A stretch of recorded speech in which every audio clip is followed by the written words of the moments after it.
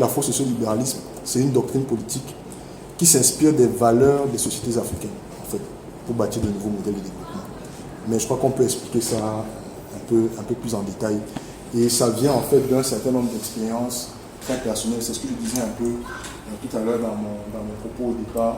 C'est que soit nous acceptons qu'en tant que peuple, je mets peuple au pluriel, nous sommes, je vais dire, la race des incapables et des incompétents, soit on est d'accord pour dire que tous les peuples sur Terre ont quelque chose de singulier qui les caractérise et que dans ce quelque chose-là, il y a de la richesse sociale, de la richesse humaine, de la richesse économique.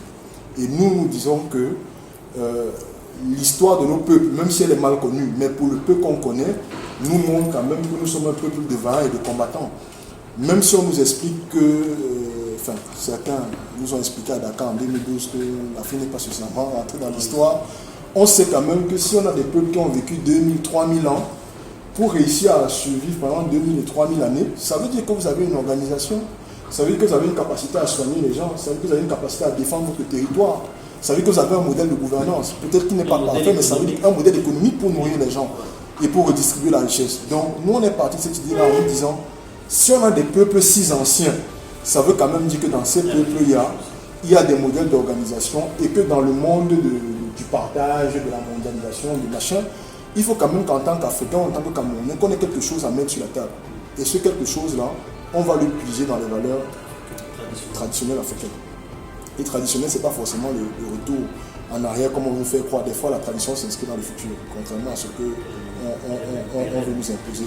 Et donc, concrètement, dans nos expériences plurielles, même dans les débats qu'on en avait un tout à l'heure avant de commencer la réunion, on se rend compte qu'en observant quand même les peuples du Cameroun, il y a un certain nombre de similitudes. Quand on parle du conseil des sages qui existe chez toutes les tribus qui sont ici à la table, on a transformé ça aujourd'hui en sorte d'Assemblée nationale du Sénat. Je pense qu'on n'a pas attendu que ça arrive chez nous pour parvenir à ce type d'organisation. Quand dans nos tribus, on s'arrange à ce que toute personne soit autonome, c'est-à-dire que toute personne doit avoir accès à la terre, doit pouvoir cultiver son champ, doit pouvoir... aujourd'hui, on parle de sécurité sociale. C'est des choses qui étaient chez nous, peut-être qui ne portaient pas ce nom-là. Tu vois, quand on parle de l'hospitalité à l'étranger, c'est quelque chose qui existe dans la plupart de nos peuples. Donc nous, en fait, c'est de revisiter un peu le contenu de nos héritages pour bâtir un modèle de développement qui nous convient, que tout le monde peut facilement comprendre, incorporer et défendre. En fait, c'est ça l'idée qui se cache derrière le gros terme là qu'on appelle l'afro-sociolibéralisme. C'est vraiment ça.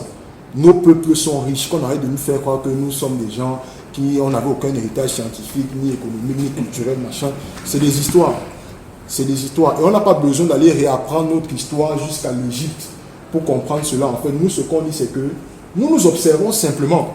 Nous prenons simplement le temps de nous observer et là-dedans, nous identifions les principes fondamentaux à partir desquels on peut justement bâtir des modèles de développement. Et il peut avoir, je termine, je te passe la parole, et il peut avoir des exemples extrêmement concrets.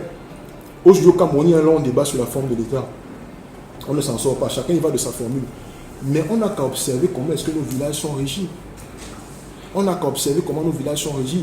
Il n'y a aucune tribu, peut-être une dont j'ignore l'existence, dans notre pays où le chef est un chef qui prend des décisions tout seul.